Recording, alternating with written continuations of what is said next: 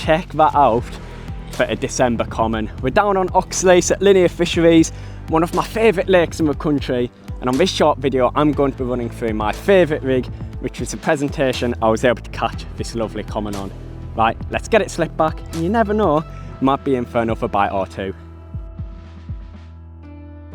In the world of carp fishing, there are hundreds of rigs out there, and it can be a little bit confusing as to which rig to pick to use when you're out on the bank. But for me, there's only 2 or 3 rigs which I like to use. However, this one in my hand is by far my favourite rig, and that is a blowback rig. The reason I love this rig so much is it's so versatile. You can fish a bottom bait, a wafter or a pop-up on the rig. You can fish it on a leg clip, a helicopter. It will pretty much present on any lake bed apart from thick wave. The hook length material that I like to use when I'm tying this rig is 20 skin link in stiff. And the reason that I like to use this hook length material is it's nice stiffness, so when I cast out it's going to kick the hook bit away from the lead system, and it will make sure that I'm presented on the lake bed.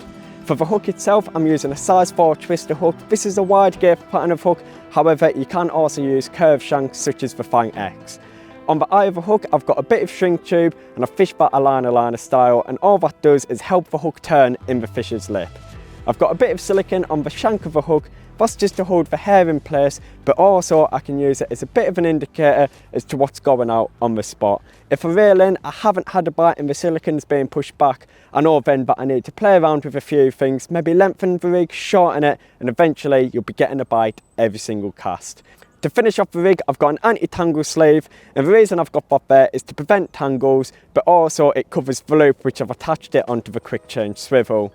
Now I'm going to run through step by step exactly how to tie my favourite rig.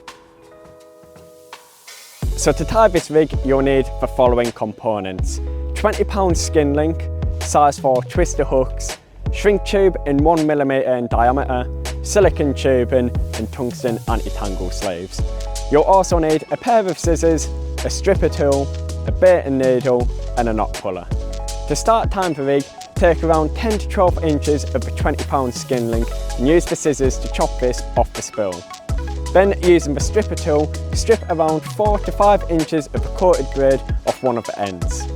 I then use the perfection loop knot to create the hair of the rig.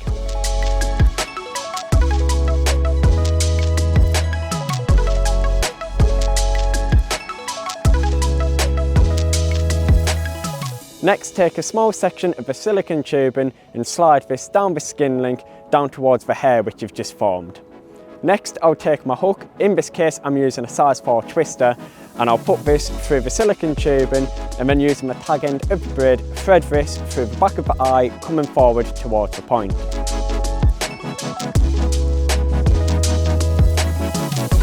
I'll then use a knotless knot, whipping around 7-8 times up the shank before passing the braid back through the eye and creating the knot.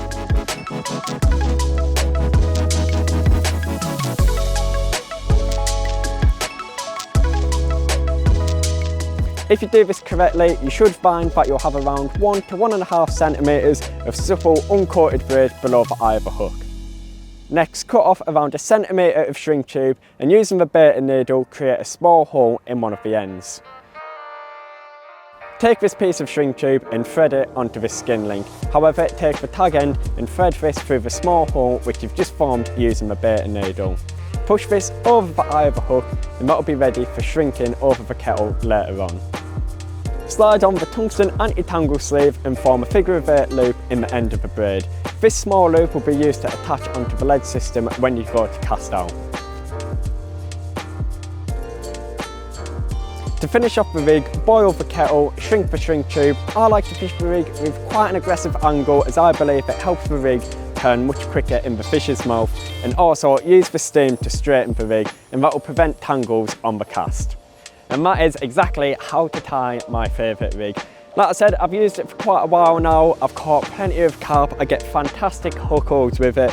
So make sure to buy the components, get yourself out there and give that rig a go, and I'm sure you won't be disappointed.